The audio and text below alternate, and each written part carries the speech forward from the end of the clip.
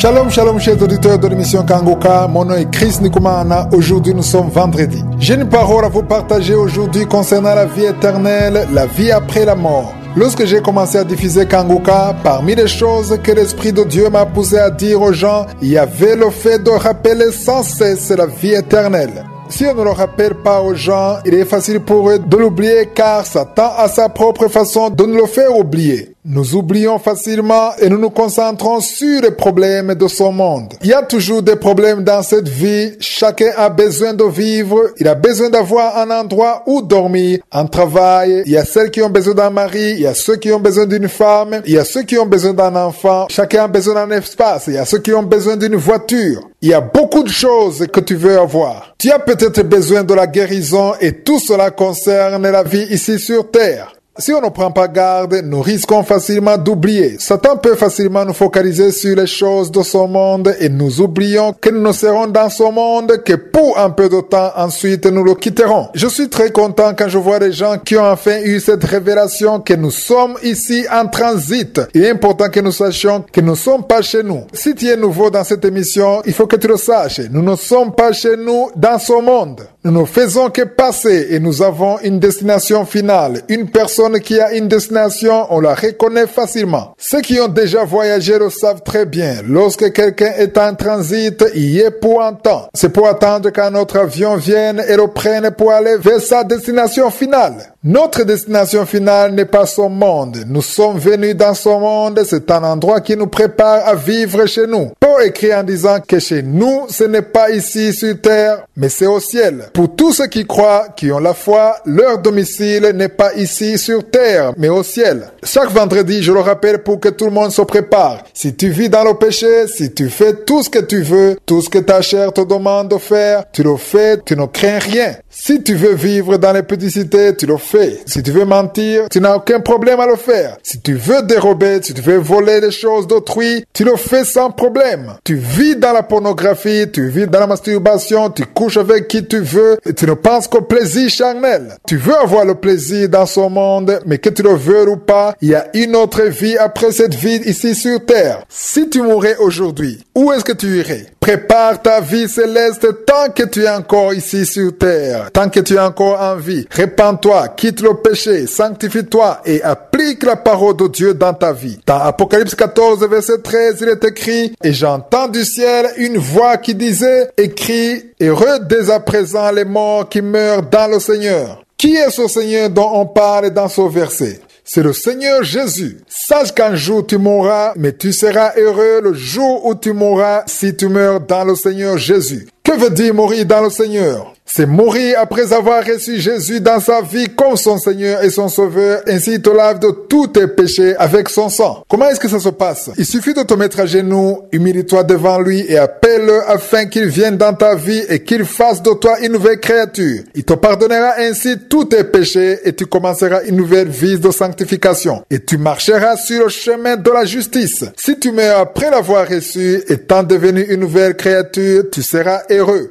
C'est ce que la parole de Dieu dit. Pourquoi est-ce que tu seras heureux? Ce verset continue en disant « Oui, dit l'Esprit, afin qu'ils se reposent de leurs travaux, car leurs œuvres les suivent. » Ici, on dit bien que tes œuvres vont te suivre. Lorsque Jésus reviendra, tu vivras avec lui éternellement, tu iras dans la nouvelle Jérusalem, tu vivras heureux toute l'éternité. Mais si tu ne meurs pas dans le Seigneur, c'est-à-dire si tu meurs dans le péché, tu ressusciteras pour être jugé, tu iras dans la géhenne, tu vas rater le ciel. Mais si tu meurs dans le Seigneur, tu seras heureux ou heureuse.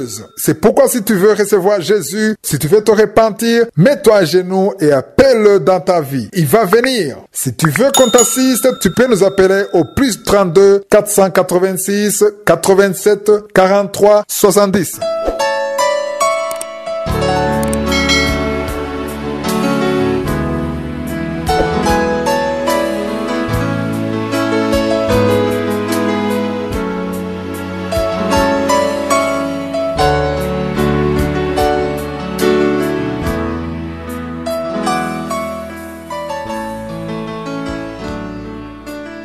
Nous continuons l'étude du livre des Actes des Apôtres. Comme je vous l'ai déjà dit, nous passerons beaucoup de temps sur l'étude de ce livre car c'est un livre qui nous concerne beaucoup. Il est vrai que toute la Bible nous concerne, mais dans le livre des Actes des Apôtres, nous voyons la vie qu'ont menée nos frères en Christ, les pionniers dans le christianisme, les premiers apôtres, ceux qui ont reçu le salut parmi les premiers afin que nous puissions retenir quelque chose de leur vie. Je m'attache sur leur vie car j'aimerais qu'on apprenne beaucoup sur eux afin que ce qui a été accompli à cette époque le soit encore aujourd'hui. Nous avons vu qu'il y a beaucoup de miracles qui ne sont pas accomplis aujourd'hui. Le Saint-Esprit n'agit plus comme c'était le cas avant parce que notre attitude bloque beaucoup sa main. Le Saint-Esprit a besoin d'une église sainte, une église juste, une église qui craint Dieu et qui prie. Aujourd'hui, nous avons tellement de distractions. Les gens se soucient beaucoup plus des choses matérielles que des choses spirituelles. C'est pourquoi nous ne voyons pas les miracles comme avant. Nous devions prier et prendre exemple sur l'église primitive.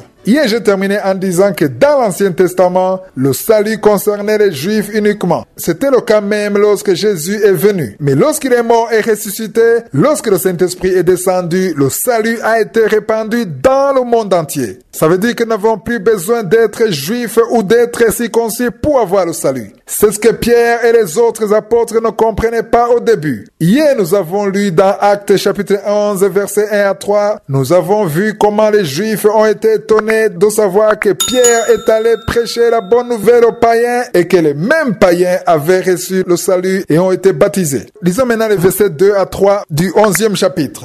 Et lorsque Pierre fut monté à Jérusalem, les fidèles circoncis lui adressèrent les reproches en disant « Tu es entré chez des incirconcis et tu as mangé avec eux. » Ici, on voit bien qu'on lui reproche d'être allé dans la maison de Corneille et d'avoir mangé avec lui alors qu'il n'était pas juif. J'espère que vous avez lu tout le 10e chapitre. Le jour où il est allé dans la maison de Corneille, Corneille a appelé toute sa maison. Ce qui veut dire qu'il y avait des Romains comme lui, des païens comme lui. Et Pierre est entré dans cette maison. Les apôtres étaient furieux contre Pierre, car ils ne comprenaient pas comment il pouvait aller dans une maison de païens remplie de païens. Normalement, les Juifs devraient uniquement fréquenter la maison des Juifs, pas celle des païens. Aller dans une maison de païens, prêcher la bonne nouvelle, et les mêmes païens sont remplis du Saint-Esprit et sont baptisés dans beaucoup d'eau, c'était une chose insensée pour eux. Ils pensaient que Pierre avait chuté ou qu'il avait perdu le salut. Mais Pierre leur a raconté ce qui s'est passé. Depuis le verset 4, il est écrit « Pierre se mit à leur exposer d'une manière suivie ce qui s'est passé ». Ce que j'aime le plus, c'est le 18e verset. Au verset 18, il est écrit « Après avoir entendu cela, ils se calmèrent et ils glorifièrent Dieu en disant « Dieu a donc accordé la repentance aussi aux païens afin qu'ils aient la vie ». Ici, on voit bien que même si l'Esprit Saint est descendu, même si Pierre a prêché la bonne nouvelle, même si les gens se sont repentis et ont été baptisés, ils n'avaient pas encore compris que le salut pouvait désormais être accessible à tout le monde. Je dirais que cela a été pour eux une révolution. Leurs yeux se sont ouverts et ils ont compris de nouvelles choses qu'ils n'avaient pas encore comprises avant. Nous utilisons souvent le mot chrétien, mais ce mot n'existait pas avant. Même quand Jésus était encore sur terre, ce mot n'existait pas. Nous voyons au verset 26 l'origine du mot chrétien. Lisons le verset 26.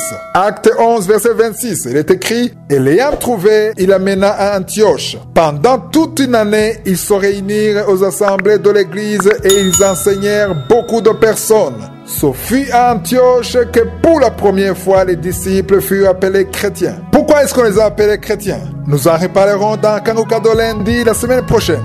Je vous invite à lire le 12e chapitre. Que Jésus vous bénisse. Passez un excellent week-end.